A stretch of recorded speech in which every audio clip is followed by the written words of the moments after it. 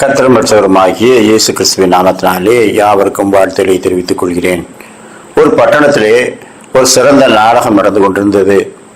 அதை பார்க்க சென்ற ஒரு பெரிய போதகர் நாடகம் முடிந்ததும் அந்த நாடகத்திலே நடித்த சிறந்த நடிகரை சந்தித்து அவரிடத்திலே, ஐயா, நீங்கள் அருமையாக நடிக்கிறீர்கள், உங்களால் எப்படி மக்களை சில நிமிடங்களிலேயே சிரிக்க வைக்க முடிகிறது, அழ வைக்க முடிகிறது, சிந்திக்க வைக்க முடிகிறது, கோபப்படுத்த முடிகிறது, சமாதானப்படுத்த முடிகிறது, இது எல்லாவற்றையும் சில நிமிடங்களிலேயே நீங்கள் திறமையாக செய்து விடுகிறீர்களே. நானும் ஒவ்வொரு வாரமும் மிகவும் கஷ்டப்பட்டு பிரசங்கத்தை ஆயத்தப்படுத்தி ஜனங்களுக்கு சொல்லிக் கொண்டுதான் இருக்கிறேன். ஆனால் யாருடைய முகத்திலும் எந்த உணர்ச்சியும் வருவதில்லை. கதை சொல்லி பார்த்தாலும் அப்படி இப்படி ஏற்ற இறக்கத்தோடு பேசினாலும் யாருடைய முகத்திலும் எந்த ரியாக்ஷனும் இல்லாமல் அவர்கள் பிரசங்கத்தை கேட்டுவிட்டு செல்கிறார்கள். அது எப்படி என்று கேட்டார். அப்பொழுது அந்த நடிகர் சொன்னார், ஐயா, நீங்கள் சத்தியத்தை உபதேசிக்கிறீர்கள், ஆனால் சத்தியத்தை சத்தியமாக உபதேசிக்காமல் அதை பொய்யை போல பதுங்கி பதுங்கி மறைத்து கொஞ்சம் வெளிப்படுத்தி கொஞ்சம் சேர்த்து இப்படி சொல்லுகிறீர்கள்.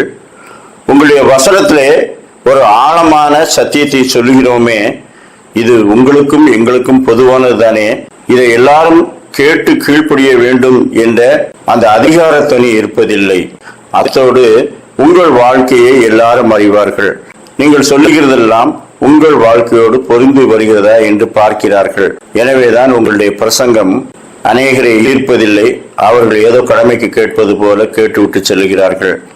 ஆனால் நான் இங்கே நாடகத்தை சொல்வதெல்லாம் பொய் பொய் பொய் தான், முழுக முழுக கற்பனை தான்.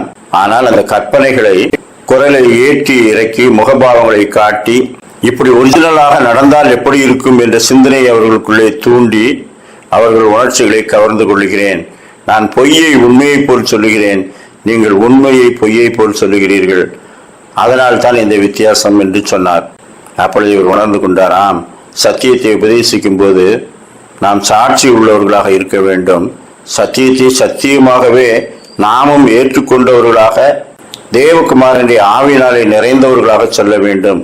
அப்பொழுதுதான் அது மக்கள் மத்தியிலே தாக்கத்தை ஏற்படுத்தும். தேவகுமாரன் அதிகாரம் உள்ளவராக போதித்தார். சீஷர்களும் தங்கள் வாழ்க்கையில கண்ட சாட்சியோடு பிரசங்கித்தார்கள், பரிசுத்தாவின் வல்லமையோடு பிரசங்கித்தார்கள். அப்படி நாமும் செய்ய வேண்டுமே என்று இவர் கற்றுக்கொண்டார்.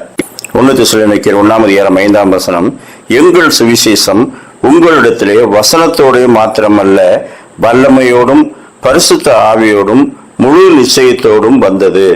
நாங்களும் உங்களுக்குள்ளே இருந்தபோது உங்கள் நிமித்தம் எப்படிப்பட்டவர்களாய் இருந்தோம் என்று அறிந்திருக்கிறீர்களே. அப்படியானால் சத்தியத்தை நிச்சயப்படுத்தி கொண்டவர்களாய் உபதேசித்தோம்.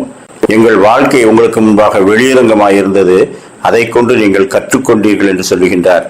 நாம் சத்தியத்தை சத்தியமாக உபதேசிப்போம், சத்தியமாக விசுவாசிப்போம், சத்தியமாக பின்பற்றி ஏற்றுக்கொள்வோம். கர்த்தர் தாமே அப்படிப்பட்ட நல்ல சிந்தனைகளை நமக்கு தந்தருள்வாராக. ஆமேன்.